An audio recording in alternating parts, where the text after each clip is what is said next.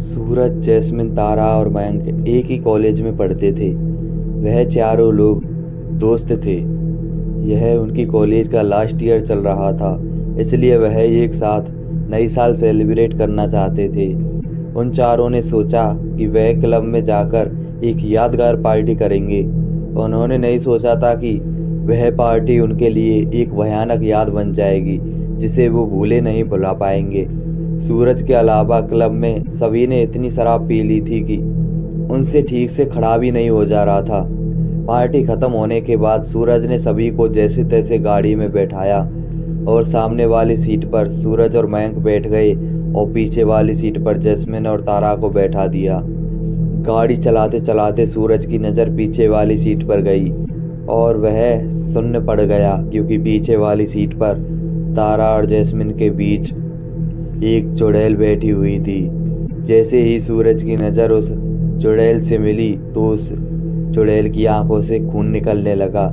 सूरज बेहद ही ज़्यादा घबरा जाता है और इसके हाथों से स्टीयरिंग फिसलने लगती है और गाड़ी का कंट्रोल उससे खो जाता है।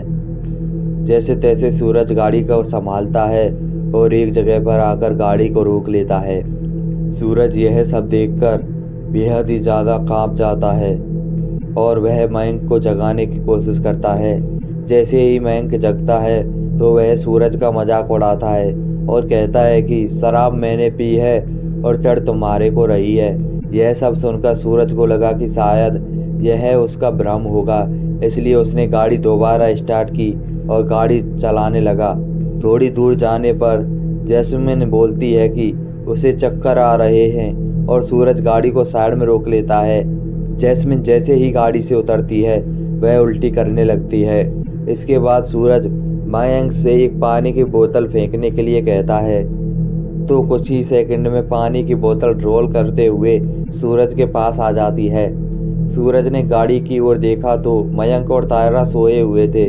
वह सोचने लगा कि यह पानी की बोतल यहाँ कैसे आ गई।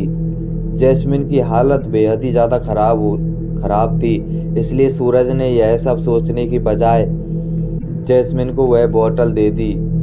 पानी पीने के बाद सूरज ने जैस्मिन को गाड़ी में बैठाया और गाड़ी चलाने लगा। गाड़ी को चलाते चलाते सूरज ने एकदम फिर से ब्रेक मारा और उसने देखा कि उसकी गाड़ी के सामने वही चुड़ैल खड़ी है और जैसे ही गाड़ी रुकी तो वह चुड़ैल वहां से गायब हो गई। वहां दूर दूर तक कुछ भी दिखाई नहीं दे रहा था।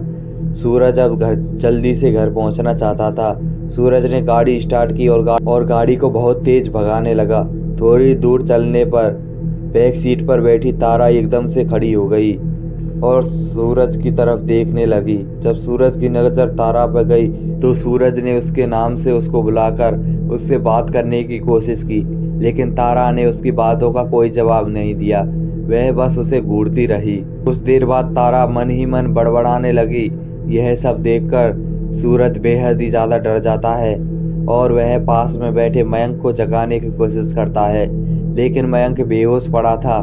देखते ही देखते तारा के चेहरे का रंग बदलने लगा।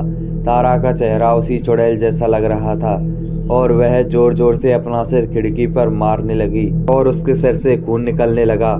यह सब देखकर सूरज को कुछ समझ ही नहीं आ रहा था कि वह क्या करे, तो उसने पुलिस को फ़ोन लगाने की सोची। जैसे ही उसने पुलिस को फ़ोन लगाया, उसकी गर्दन पर पीछे से दो हाथ आए और उसकी गर्दन दबाने लगे। सूरज के हाथों से फ़ोन गिर गया। सूरज का कंट्रोल गाड़ी से हट गया और गाड़ी सीधे पेड़ में जाकर ठुक गई।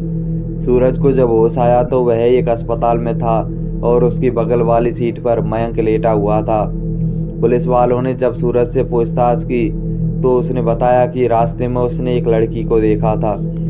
तब उनमें से एक पुलिस वाले ने कहा कि इस लड़की के बारे में बहुत सारी घटनाएं आ चुकी हैं। ऐसा माना जाता है कि न्यू ईयर के दिन जो भी रात को उस रोड से गुजरता है उसके साथ ऐसा ही होता है। ऐसा कहा जाता है कि एक रात न्यू ईयर पार्टी के दिन एक लड़की की एक कार एक्सीडेंट में वहां पर मौत हो गई थी। वही लड़की की आत्मा वहां घूमती रहती है जो न्यू ईयर के दिन लोगों को परेशान करती रहती है।